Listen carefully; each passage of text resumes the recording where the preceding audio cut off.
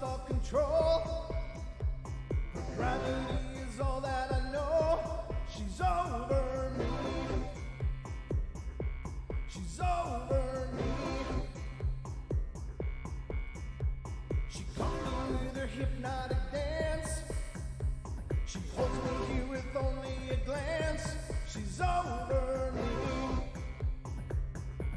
She's over me.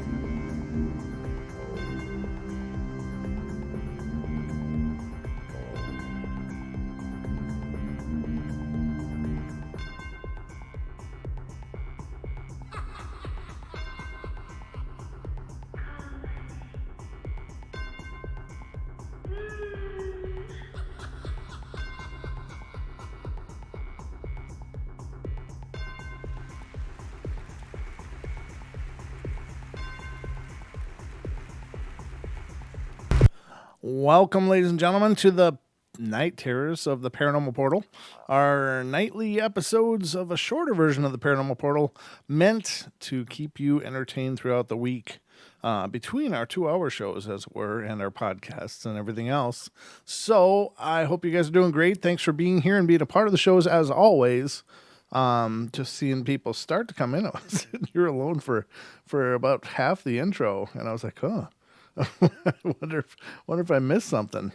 People are streaming in kind of slowly tonight, but maybe something else is going on and I'm not aware of. But that wouldn't be the first time I wasn't aware of something going on. They say there's those people that make things happen. There's those people that watch things happen, and there's those people that wonder what happened. Guess where I fit in. So anyway, welcome to the show. I hope you guys are doing great out there. And it's Monday Eve. I guess you made it through Monday, so that's always a good thing. Making it through that first work day of the week is always the toughest, but I hope it went smoothly for you. I know we got about 4 inches of snow, I suppose. Nothing too or over the top, but it was a bit of a rude awakening for me. I was like, it looked all really lighter outside suddenly, and I was like, why does it look lighter outside? Then I looked, and sure enough, there was snow out there. So we have officially seen snow now in the north of Idaho. The second time, actually, we had a snow once before that melted away. And it looks like this one's going to melt away, too, in the next few days. It's going to be above freezing, and Wednesday's going to be rain. So I don't know if it'll make it through or not, but I'm good if it's just, all kinds of different shades of dead grass until spring. That's good for me. I don't know. I think winter's beautiful. I really do. I don't mean to imply that it's some horrible, horrible, horrible thing, but it's just not my happy place. And so, what do? I've lived my whole life in winters, and it's getting longer all the time. My whole life is, and so I'd like to finish my life, I think, somewhere where I can be in shorts and flip-flops all year round. So if you know of a place that would accommodate such a request, let me know. But let's see, the phone lines will be open throughout the duration of the show tonight. So 720-923-0500. If you want to call in or be a part of the show, you're welcome to. Again, 720-923-0500. And I'll be here just waiting. You know of a place? Excellent. Someplace warm and that'll allow me to wear my flip-flops all year round. That's where I want to live. I've decided. I don't care if it's 5,000 degrees during the summer. It's just got to have no winter. I'm of course joking. I would die, I think, in 5,000 degrees, but I wouldn't have to wear snowmobile suits. So anyway, Florida. Yeah, I like Florida. I've been there. That's always an option, I guess. But I don't know. I don't know if I could afford California. That's just a tax mess over there. So anyway, wherever I end up someday, I'll be happy as long as there's no shoveling snow. Let's see. Anything else that I gotta let you guys know before? Oh, we're five subs away from 5,000, ladies and gentlemen. 5 subs. So if you're sitting out there just watching, sitting quietly, but you're not yet subscribed, we'd love it if you'd subscribe. Get us to that 5,000 mark.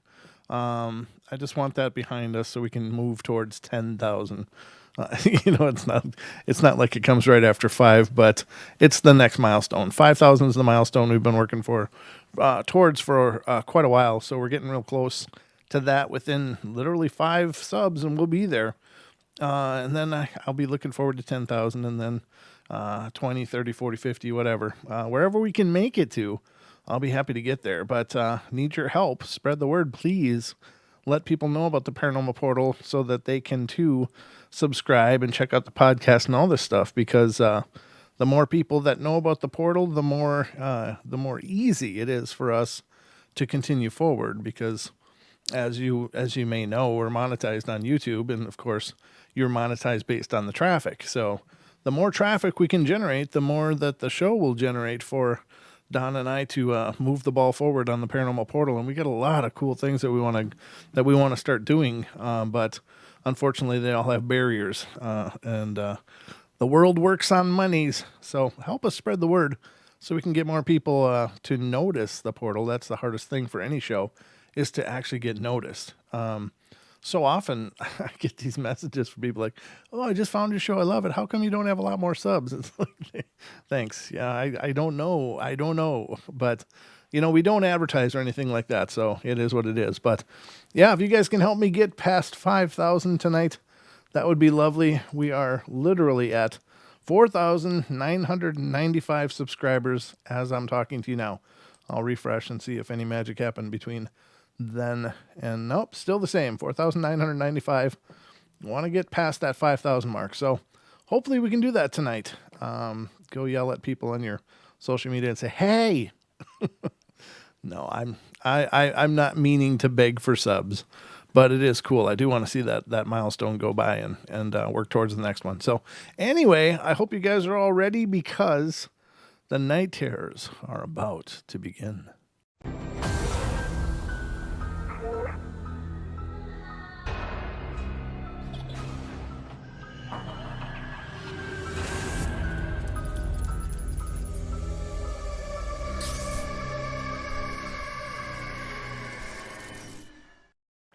All right, ladies and gentlemen, that means we're officially underway now that the intros have been done. All that's left is the scary stuff. So we'll get there right now. As a matter of fact, I got some stories piled up for you guys, and I can't wait to read them to you.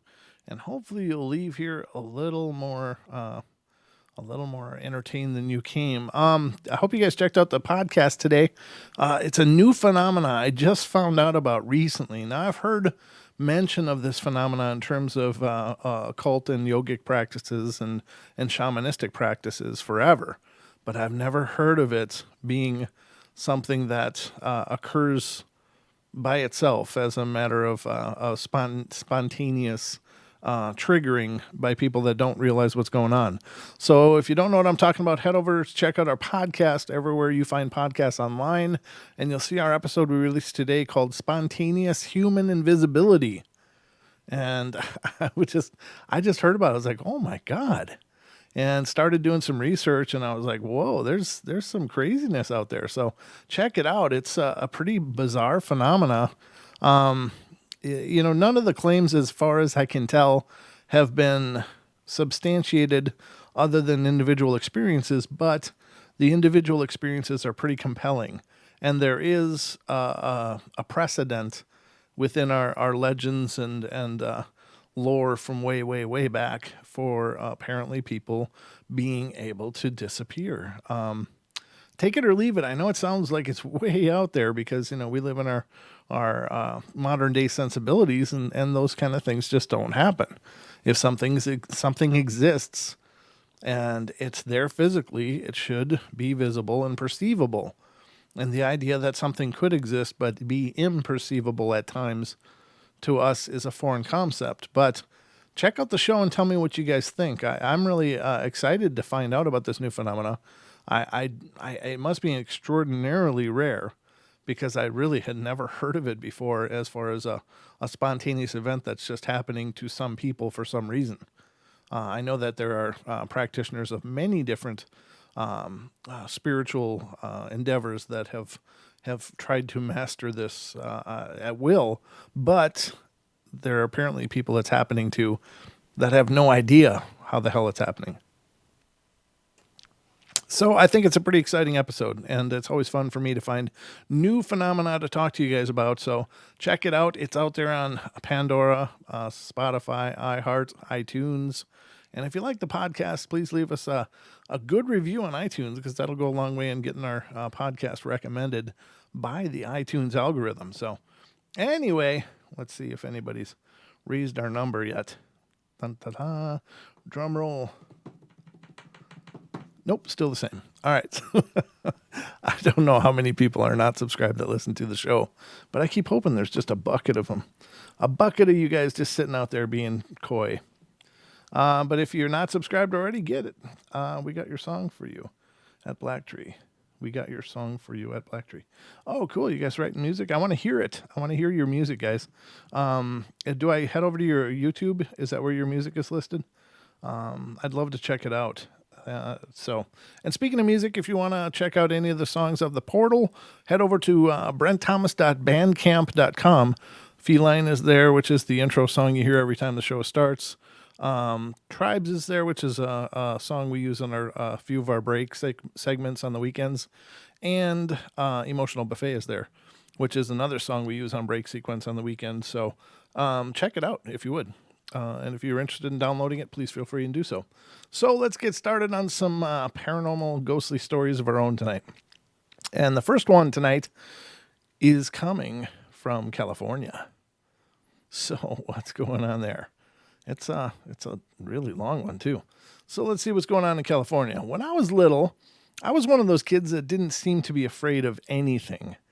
The only two things I really feared were sharks and death. I know, weird, right? I wasn't afraid of heights, spiders, needles, or boogeymen. Help us do investigation. Oh, thanks, Julia. I wasn't afraid of the idea of ghosts, witches, voodoo, priests, or cannibals. It was that sense of reckless courage that got me into a lot of trouble one day in elementary school.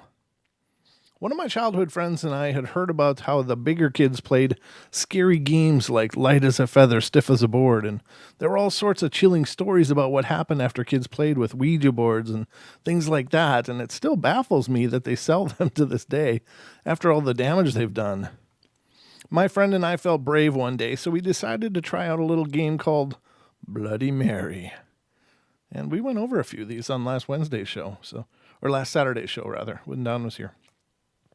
If you aren't familiar with the game, it basically revolves around a similar set of ideas, though they may vary depending on who you ask. There's a dozen different speculations on who Bloody Mary is supposed to have been in life and what untimely event caused her terrible death. But either way, the idea is to stand in a dark bathroom with a mirror and summon her by doing any number of different things, such as turning on the sink or flushing the toilet, which centers from the idea that water is the gateway to hell, which is not true. That's not true at all. Water is a very spiritual element, but it has nothing to do with the gateway to hell. Lighting one or more candles, or being a particular type of incense, burning rather, particular type of incense. No matter which method you go with, it's almost always the same basic thing. You're supposed to say her name 3 times, Bloody Mary, Bloody Mary, Bloody Mary. On the 3rd time, it's said that she will appear in the mirror to claim the soul of the unfortunate person who called her. If you see her, you're supposed to haul your tail out of there before she gets you. It sounded like a demented game of tag to me, so my friend and I snuck into the single-stall girls' bathroom at our private elementary school. We didn't have any candles or anything like that, so we gathered our courage and went into the bathroom with the lights off. My friend and I stood in front of the mirror and held each other's hand just in case, and we counted to 3 and began the chant. 3 times we said the name, and on the last one, my friend flushed the toilet. Well, I don't know what we were expecting to happen or the good we thought might come of doing something so reckless and obviously stupid. The whole process seemed ridiculous to me now, but not the result.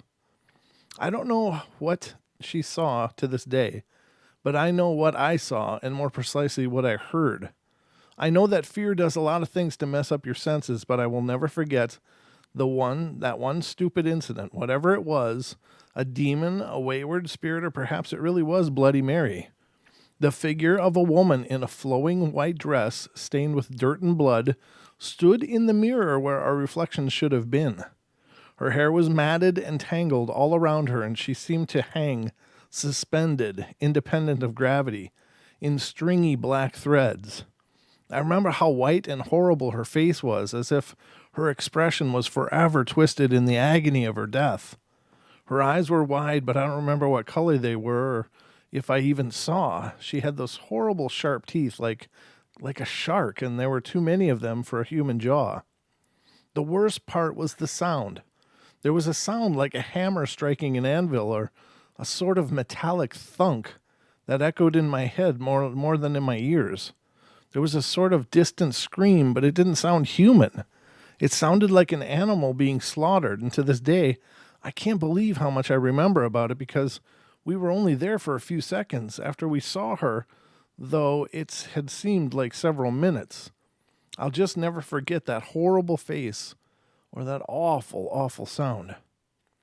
We ran out of the bathroom screaming and never even thought about doing that again. A couple of days later, there was a rule that the teachers had put in place very strictly that no children were allowed to go into the bathroom unaccompanied, and that only one child was allowed in the bathroom at any time. I'm not sure if it had something to do with the game we played or what we had experienced or not, but one of the last things I remember hearing about it, it was just a rumor that I heard from one of the other kids there. They had overheard one of their parents discussing the situation with the teacher. One of the boys from the school had played the same game we had, but he had ended up in the hospital. They said that he scratched himself because he had long finger rakes down his arms and was so scared that he wouldn't tell anyone what had happened. I've definitely learned a very powerful lesson. Do not meddle with violent spirits. Bum, bum, bum. Hey, that's great advice. Don't play with the dead. They're not a board game. They're not entertainment. They are sometimes extraordinarily tormented spirits that are pretty pissed. And if you do end up, catching their notice, you might not have a good time with it. I'm not saying that it's going to happen every time, or even once in a while. It's probably extraordinarily rare that you'll ever be playing something like this. Now, do I think that there is a Bloody Mary? No, I don't.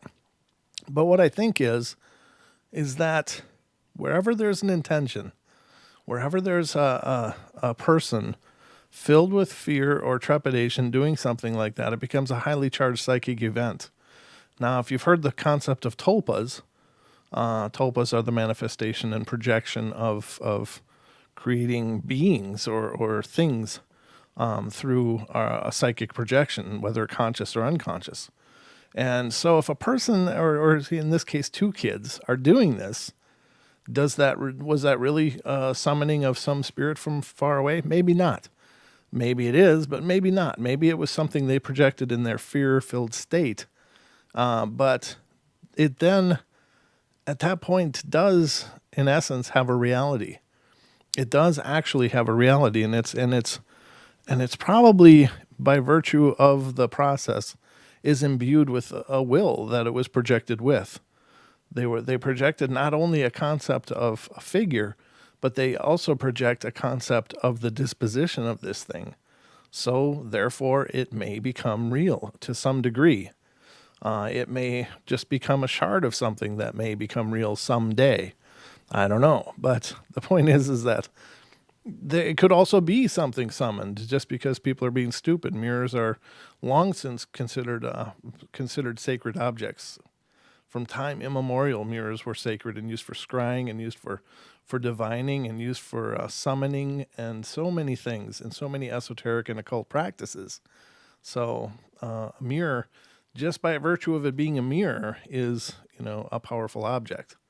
So don't play with things that you never open a portal you don't know how to close, and running away and screaming is not closing it. That won't close it, I don't think. I think that won't do much anything. So I don't know if this other kid did this after the first kids or happened to do it before or what. It sounds like it was after, so perhaps whatever they projected was laying dormant until this other clown came along and decided to do the same thing. And his was magnified by their experience and therefore became absolutely tangible to a degree and absolutely brutalized him by the sounds of it. Ooh, did you hear that? Did you hear that static? I don't know if you guys could hear it. It was in my headphones. I had a really loud static in my ear. Did you guys hear that out there? Let me know if you heard static. I'm waiting to see in the chat because that actually gave me chills. You didn't hear it? Okay, Lewis didn't hear it. Okay. That actually was like, ooh. So it was like, zzz, like that in my ear. Oh, Beth, you heard it? Okay. Yep. Okay, Justin heard it. Yeah. It was about the whole wrong timing for something like that to happen. Welcome to the portal, ladies and gentlemen. I can't claim I understand anything about what happens here. I'm just hanging on. It's like the portal opens and I'm like surfing. I'm not driving, I'm surfing. I'm trying to stay on the wave. But I think this would be a good time to burn some incense. That was a little weird. It's the life. Yeah, Amber heard it? Okay. Gotcha. Yeah, I don't know. I mean, by virtue of doing any kind of show with the paranormal, I guess you run the risk of catching something's attention. So I guess I just caught something's attention. Could this be a glitchy thing from the snow today? I'm not saying it has to be paranormal, but the timing was just a little too impeccable for that. So I'm going to err on the side of caution, ladies and gentlemen, because I don't need any new visitors in my house. I already got enough. I've got enough. We've got enough of them. All right, so let me light this up.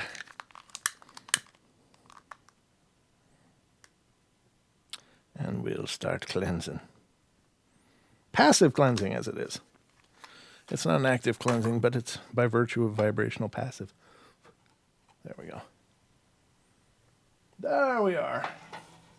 Okay, so let's continue. The next one is from California. This one's called The Cookie Ghost.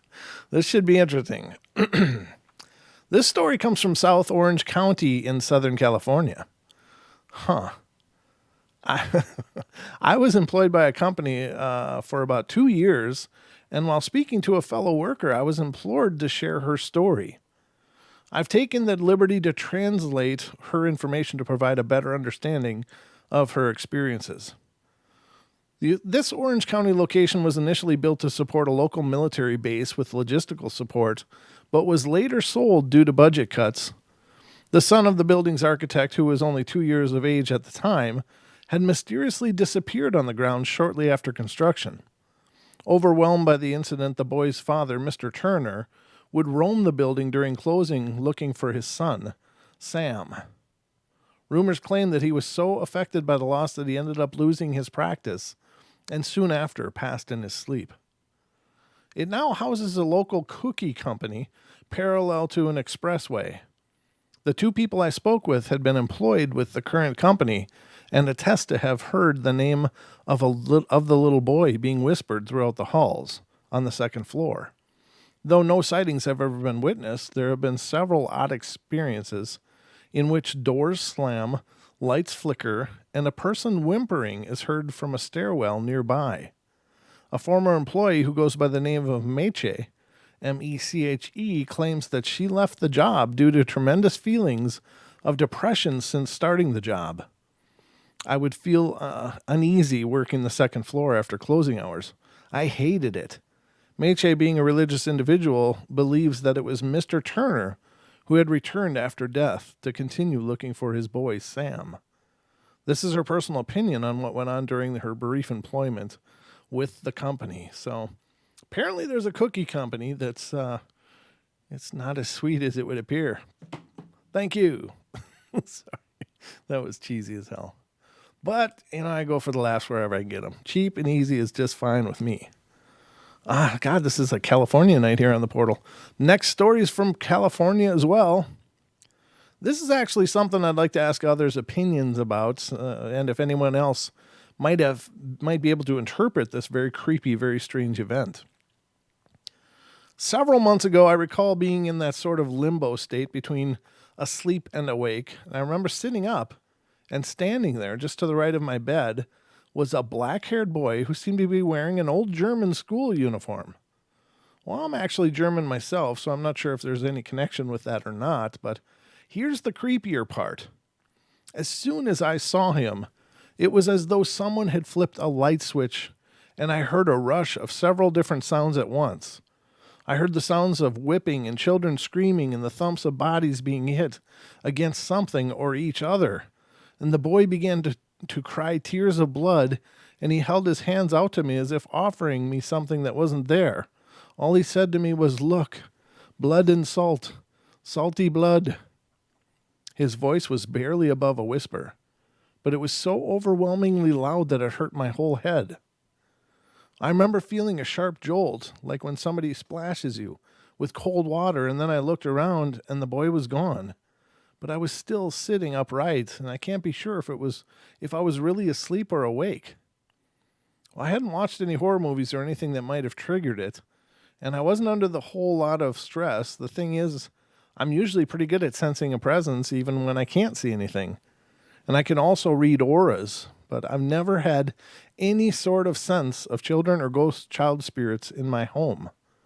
And I've since moved away from that house, but the dream or experience, whatever it was, still haunts me to this day. Any thoughts? Nope, I don't know. I just don't know. That's a creepy one, though. I don't know. Anything involving children to me is just horribly tragic, and it's just not right. It's just contrary to anything good and just and fair. I don't know so I don't think that was actually a child spirit, but it was some kind of probably could be an impression of sorts, maybe. I don't know. There's a lot that I would ask that person if I, were to have a dialogue with them to try to understand a little more of what's going on. It's hard to know just from these little paragraphs of insight to really understand what the situation is. But here's the next one. We're actually going to another part of the country now. We're going to Pennsylvania. This is part 2, I guess. There was part 1, and I think I kind of remember this title. The title's called Ghost in Our Attic number 2, and we've done about a jillion of Ghost in the Attic stories, so I don't know. But maybe it'll come back as we're reading this. It says, I got some great feedback from my first story, so I decided to write about some of the other bizarre experiences I've had in my house. I've never written these down, so I never really realized how many things actually happened in my house. Not sure if that's a good or bad thing. If you haven't read my first story, I would suggest doing that first. Like the first story, the following is my recollection of a few events that happened in my house. This occurrence happened many times, and at one time, I had bunk beds in my room, and my brother always slept in my room, usually on the top bunk. My bedroom door was very stubborn, and you had to give it a certain touch to close it, which I knew better than anyone. Anyone else who tried to close the door had a real hard time. And during the night, just as we turned off the TV and got ready for bed, the door would start swinging back and forth as if someone was trying to close it. As soon as it closed, the latch would give and the door would swing open, and it would repeat this, usually for only a few minutes. That's pretty bizarre. This happened so often that my brother and I expected it most nights. However, we never did get used to it. My brother and I would often lie in fear, usually whispering to each other that it's doing it again. One time I was so scared I yelled, "Stop!" and it stopped immediately. I think that scared me the most. Yeah, I suppose if it's intelligent enough to listen to you, then you know that they're doing it on purpose. If it didn't respond, then you could just think, well, it's some kind of other thing, maybe an imprint of sorts. But when it actually answers you, you know it's doing it on purpose. Once I woke up in the middle of the night for no reason, so I just laid there trying to fall asleep again. And suddenly I heard what I can only describe as claws clamping onto the bottom metal bars of our bunk bed, as if someone was lying under the bed. Soon after, the bed started to shake for a few seconds and then stop abruptly.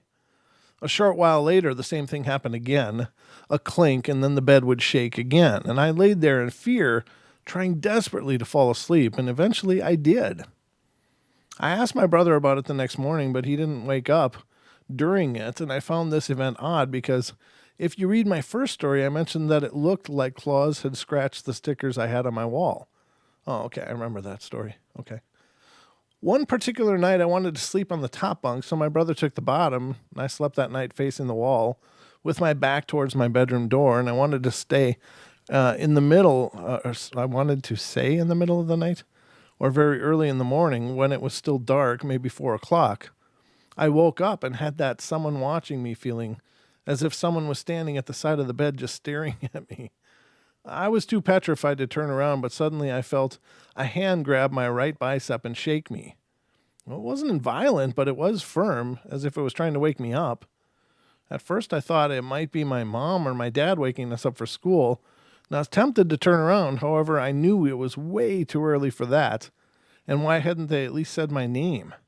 Usually we would wake up on our own, or they would scream for us to wake up while we're scrambling to get ready for work for themselves. Whatever it was shook me again, but I refused to turn around, and eventually I felt that it gave up and walked out of the room. But I don't remember hearing anything, and that feeling just went away.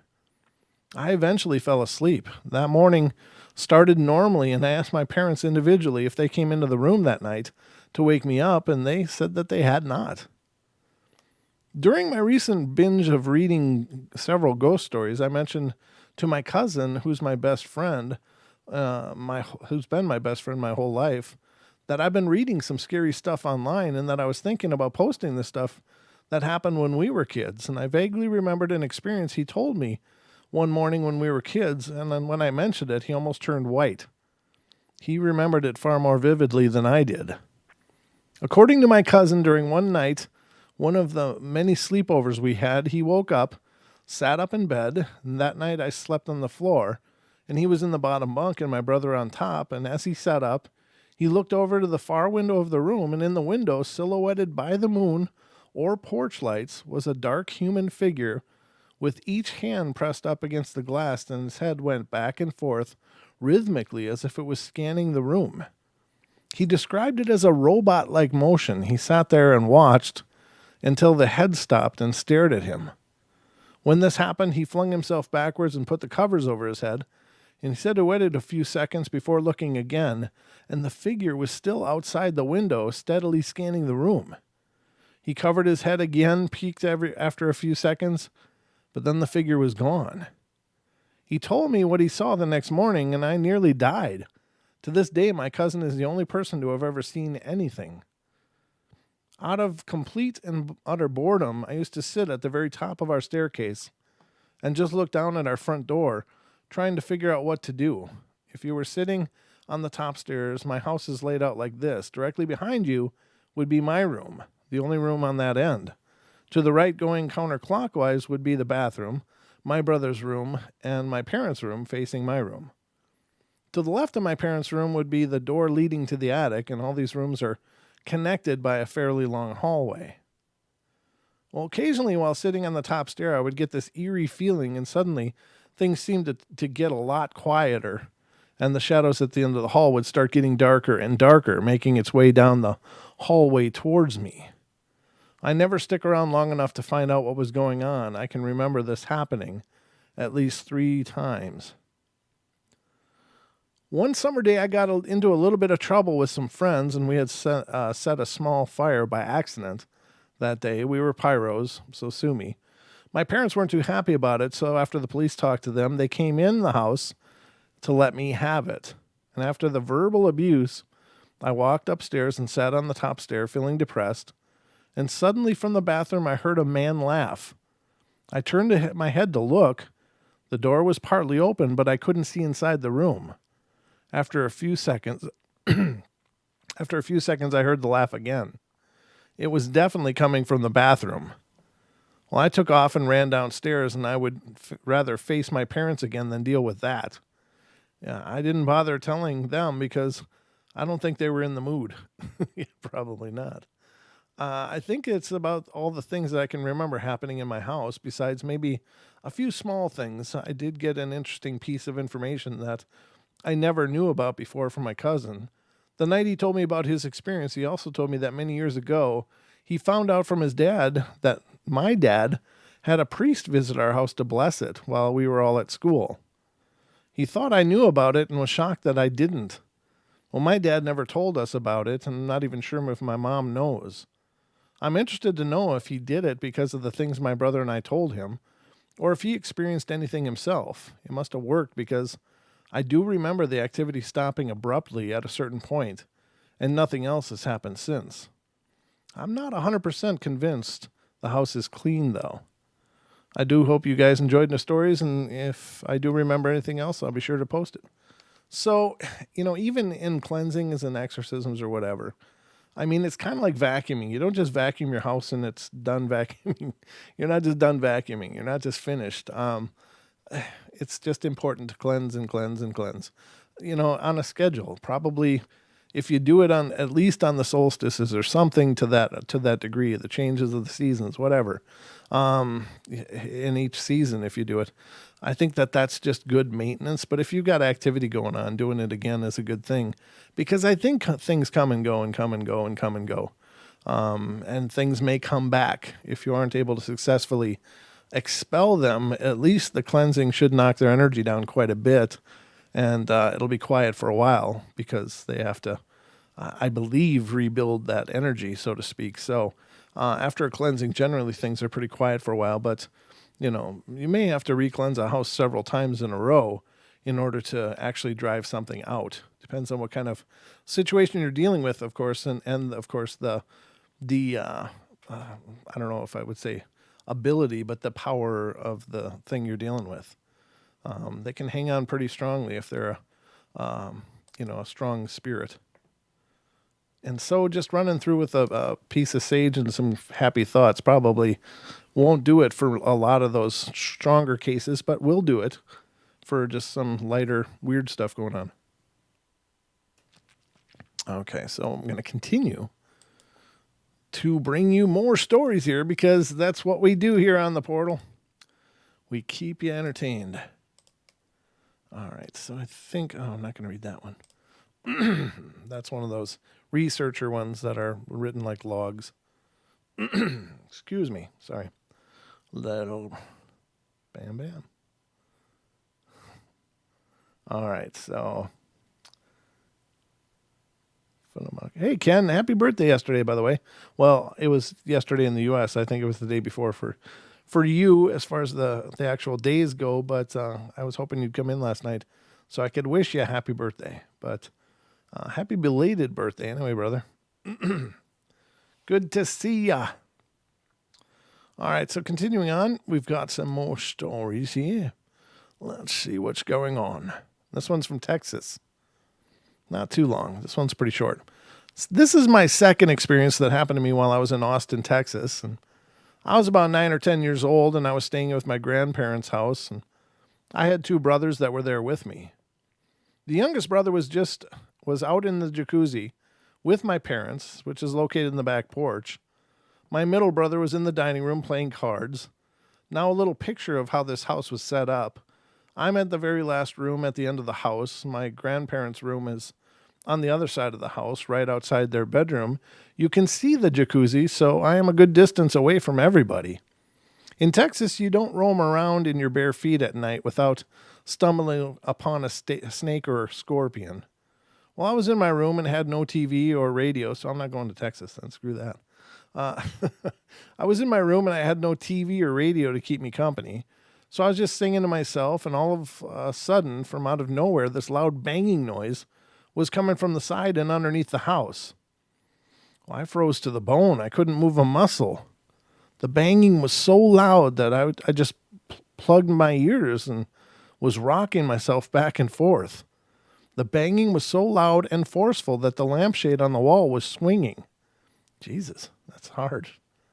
Then my middle brother was playing cards in the dining room, busted through the door. As soon as he reached the doorknob, the banging stopped almost immediately. I just looked up at him, and it was like a bomb went off underneath me. Well, I got out of that room, only touching the floor once. I ran to my grandparents, and both my brother and I tried to explain to them what had just happened. Well, of course, they didn't believe me, and they teased me the rest of the summer. Nice. I love those grandparents, huh? Every time I was in the room alone, everyone would be asleep. I would hear it starting to pound louder and louder until I cut on the light. Then it would stop. Needless to say, I slept in my brother's room the rest of the summer. My middle brother was the only one who believed me, and to this day, he still remembers it. After all these years, I'm now 26, my grandmother admitted to all the paranormal activity that occurred in that room. Well, why the hell wouldn't you just talk to the kid about it? Wow, that stuff just irritates the hell out of me. Oh, no, you're not hearing nothing. You're not hearing nothing. Years later, yeah, you were hearing stuff. We heard it too. Why not have that dialogue, for God's sakes, you clowns? Oh, my God. You're not helping a kid out by telling them that, they're wrong, by, telling them that they're hallucinating. For God's sakes, these people need to get their heads checked. All right, again, let's go to Florida. That's the next place on our journey, and quite a long story here. How's everybody doing? You guys doing good? Okay. I assume you're saying yes. I can't wait for the chats to come, so I just got to assume you're going to say, yeah, we're doing great. All right, so Florida. It says, I would like to make my position on ghosts and spirits very clear before I tell my story. I have never believed that ghosts or spirits can exist in physical form. I don't believe in the ghostly joggers on the side of the freeway at night, or the evil spirit that lives in your attic that makes sounds, or the poltergeist that throws kitchen utensils all over the place. Thanks, Gemini. And makes a mess out of your house. Before I had the experience that I'm about to share with you, I did not believe in ghosts at all. My views have changed. I do believe in the Holy Spirit and the teachings of Christianity. However, I do believe that we each have a soul, and that when we die, the soul goes off to another realm. I would hate to think that death is as the end of it all. And I've had many dreams in my life, but only 2 of them seem different than all the others. Both of these dreams I believe would classify as waking dreams. The second of these I'm not totally sure was a dream at all. First, I would like to talk about the first one. I believe a waking dream to be a dream that happens when you're somewhat conscious, and these dreams involve seeing your surroundings with a partially open eyes and a partially awake mind, sometimes referred to as dream paralysis. Okay. You cannot move or respond to these surroundings in any way, but you are aware of them. Almost always there is something about these dreams, as with all dreams, that is not consistent with reality, something strange that makes the dream a dream and not a true perception. This waking dream, I have no doubt, was in fact just a dream. I was asleep in my bed at my grandparents' house, lying on my back facing the double closet that my grandfather used to store his church clothes. The dream started when I became aware that my grandfather had just walked in to get his clothes out of the closet. My surroundings were as they always were, as they really were, and then my grandfather took his Sunday coat out of the closet and tossed it on my bed at my feet. And this is where the dream took a nightmarish turn. When my grandfather turned away from the closet, he did not have his coat in his hand. He had an axe. My mind did not see him simply toss the coat on the bed. Instead, my mind saw him swing the axe at my legs. I tried to sit up and move out of the way and scream, but my body would not respond. As soon as the axe came down, I woke. This was a classic waking dream. I saw my surroundings as if they were real life, but something happened in those surroundings to give my mind something to work with to create a dream. However, in the second waking dream, there was no stimulus. My mom died 4 years before I saw her in my second dream. At least I think and hope it was just a dream. Again, in this dream, my surroundings were exactly as they were in real life. When I go to sleep each night, I always shut my bedroom door, and there's a street light that shines in my window that slightly lights up my room, and this is why I could see my surroundings. The dream started when I heard someone crack open the door and call my name. My eyes were still closed, and I opened them briefly and closed them again. And I thought I was waking from a dream, and then I heard my name again. Well, now I was fully awake, or at least I thought I was, and turned over to see who was at the door, and I couldn't really see who it was, but in that moment I realized it was my mom's voice, and I froze. She said my name once more and opened the door, and she stood there in a white nightgown looking at me, but did not say anything else. Then she suddenly turned, let out a blood-curdling scream, and ran through the room and disappeared through the wall. I started screaming at the top of my lungs, waking my wife, who sat up asking me what was wrong. This time I was able to react in the dream. I was not paralyzed, and I did not recognize the transition from dream to reality. And I'm still not sure what this means. I can't even be sure that this was in fact a dream. Logic tells me that it must have been, but it was so unlike any other dream I have ever had because I can't remember transitioning or waking from it. I was sitting up when she disappeared through the wall, and I was screaming. My wife woke up while I was still screaming, and a moment later, after she vanished, there was no transition. The door to my room was open, and everything that happened from the moment I first thought it, I heard my name, to me being held by my wife, and then telling her what happened was smooth and real. The goosebumps, the tears, the feeling of overwhelming fright was just too real. This is the only experience I have had that even comes close to being paranormal, and I don't know if this kind of contact is normal or usual. I'd like some kind of feedback. Has anyone heard of this type of thing before? Has anyone ever heard of dead family members making contact like this? Has anyone ever heard of dreams transitioning into reality this way? Just absolutely seamlessly. I don't know. That's pretty freaky. I wonder why the mom would scream. What's going on there? I don't know. Very creepy. That would be a horrible dream because that's not the way you want to think of your loved ones spending their afterlife in this some kind of tormented state. That's horrible. But I don't know. Again, I'd have a million questions for that person, but I hope they were able to find their questions. These stories are old that I'm reading to you. They're from 2008, so it's 11, almost 12 years old. But I hope these people have found their answers. Oh, this one has to do with Sloss Furnace. Okay. Alabama. Sloss Furnaces is located in Alabama, Birmingham, Alabama, as a matter of fact. It produced iron for nearly 90 years and is now a National Historic Landmark.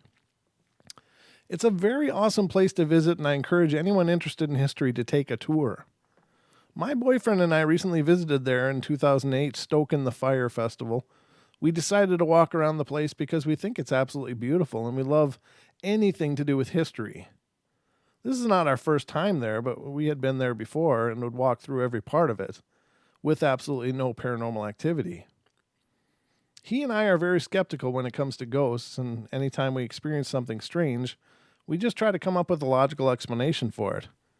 We just don't see how it's possible for ghosts to exist. That day, we changed our minds. This sounds familiar, like I've read it before, but I don't think I have. We were hanging out in the boiler room around dusk. It was just the two of us, and we were sitting there at the steps talking very calm and relaxed. He got up and started walking to the left and told me to come with him to look around, and we started walking in the direction and heard a very loud scuffling noise right behind us. It was so loud that we both turned around to look at the same time. "Was that you?" he asked, and I told him no. We looked around the entire room thinking someone was just trying to scare us. But there was no one else in the entire boiler room. Just then, he got a phone call, and it was his sister. I said, "Why did you just call me? Are you okay?" she asked. He explained that he had not called her. "Yes, you did. It sounded like you had the phone really close to your mouth, and you were mumbling. Every time I asked you a question, you would respond, but I could never make out what you were saying. I thought you were playing a joke on me." She verified his cell number, and sure enough, the call came from his phone. He even looked at his call history, and it showed him making the call and the conversation lasting about 3 minutes. The weird thing is, I had been with him the entire time, and the phone had been in his pocket. Also, she had just gotten her cell phone activated that day. He didn't even have her number in his phone. If he had actually called her, he would have had to dial out the entire number, and furthermore, he didn't even know what her new number was yet. Strangely, these two coincidences happened at the same time. We've not been able to come up with an explanation for either one of them. Ghosts are making phone calls. That's a pretty cool one, though. I think that's incredibly interesting, the whole spirits making calls things. That to me is just really powerful. I don't know. And again, by virtue of being energy, maybe they can manipulate energetic objects pretty easily, like electrical objects. Well, there's stories and stories and stories. TV turning on, turning off, lights on and off, radio turning on and off, and changing stations and on all of them. And I've experienced that myself several times with the televisions. And they don't seem to have any trouble manipulating electronic items. And so I just assume that could be by virtue of them being energy based themselves. But I don't know. It's very, very strange, but very, very cool.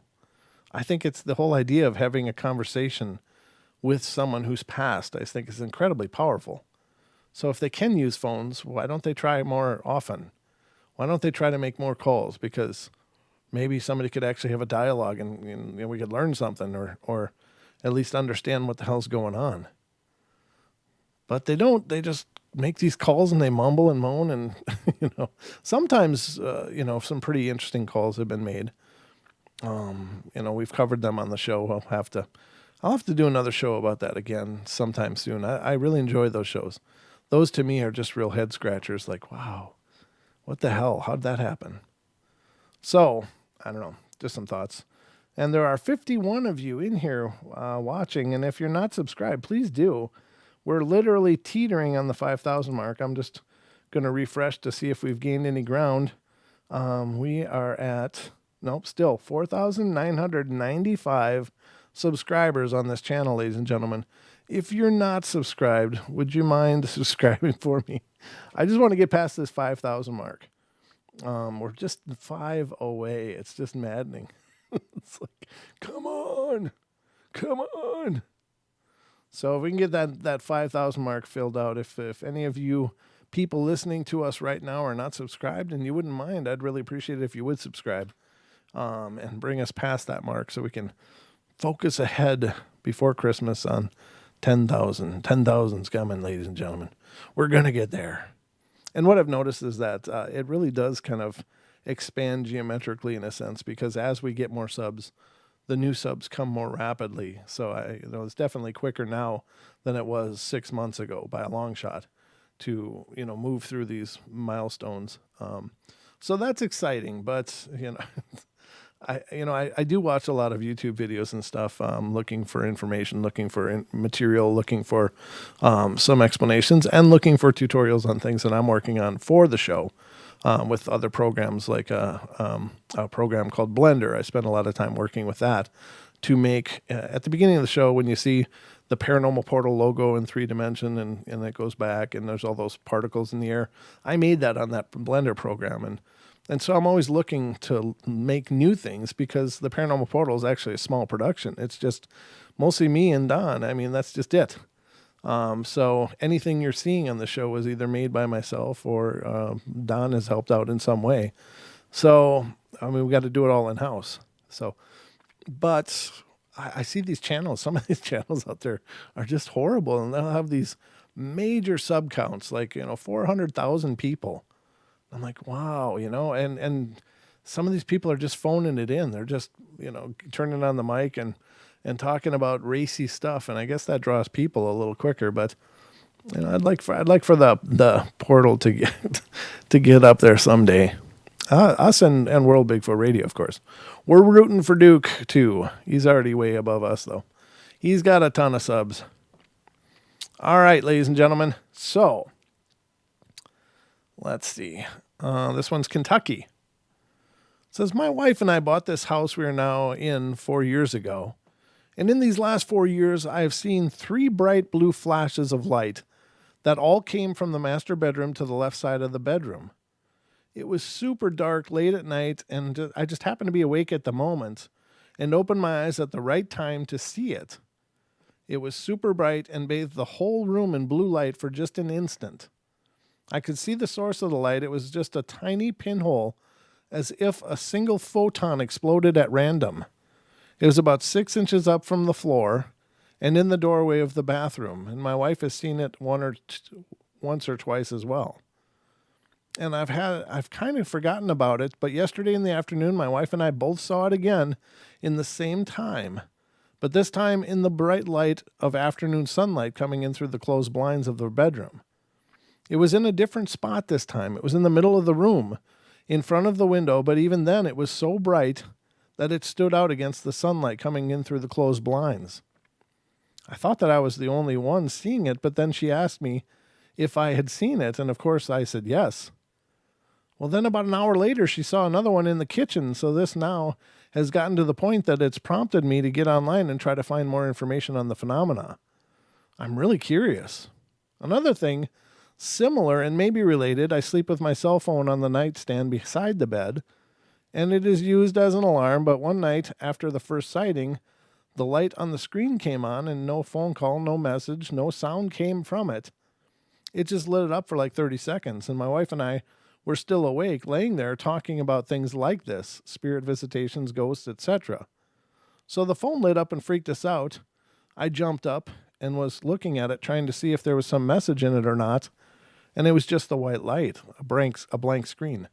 Well, here's the thing. What that seems to be demonstrating then is that whatever you're seeing, if you're seeing a flash like that, that's also, it also influenced the phone, is that whatever this light was, it also has some kind of atmospheric effect, and the phone was triggered by that. I would imagine it's some kind of touch screen phone, so if the screen is touched, does it come on?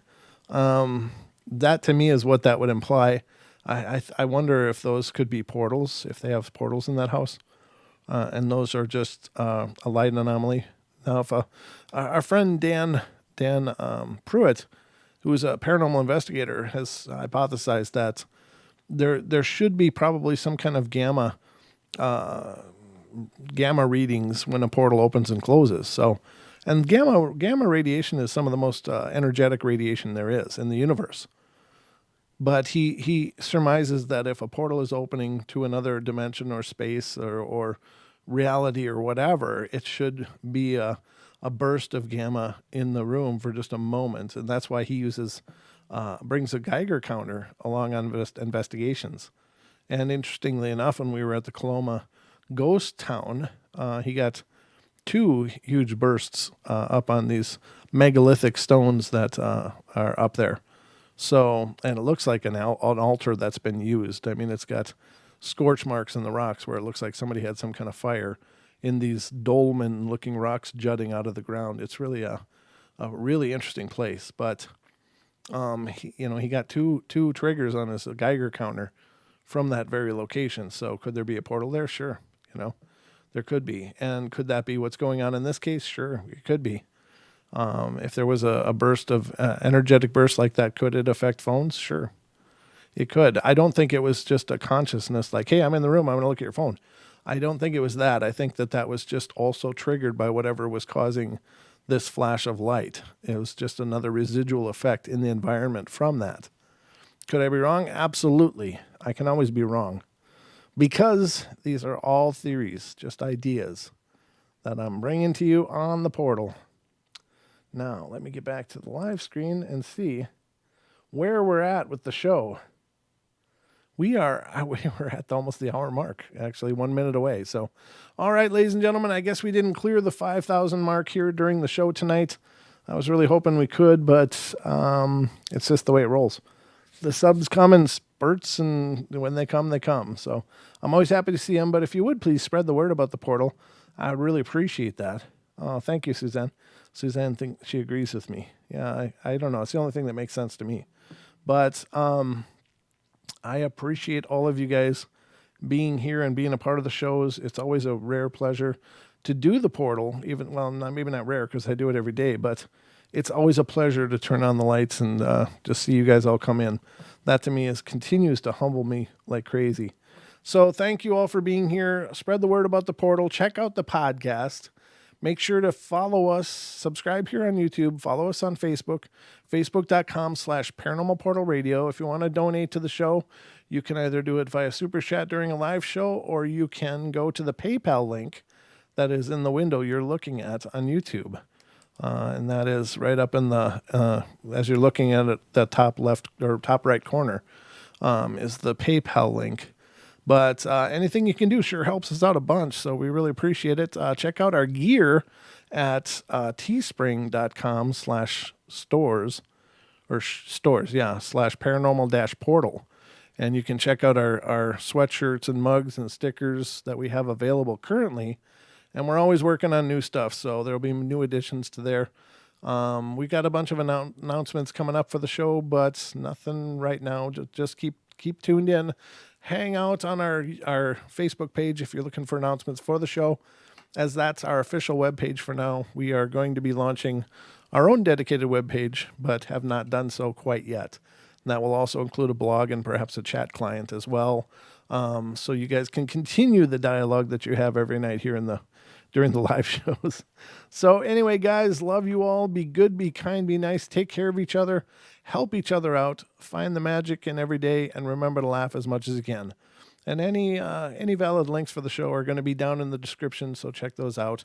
But again, subscribe, ring the bell, and I'll see you 7 days a week, 7 p.m. Pacific Standard Time, right here on our YouTube channel, where I'll be back tomorrow to bring you another Night Terrors episode. I hope you guys will come back then. So have a wonderful Tuesday, and be good to each other. And I'll be waiting here for you at 7 p.m. Pacific Time. So take care, everybody. Love you all, and sweet dreams.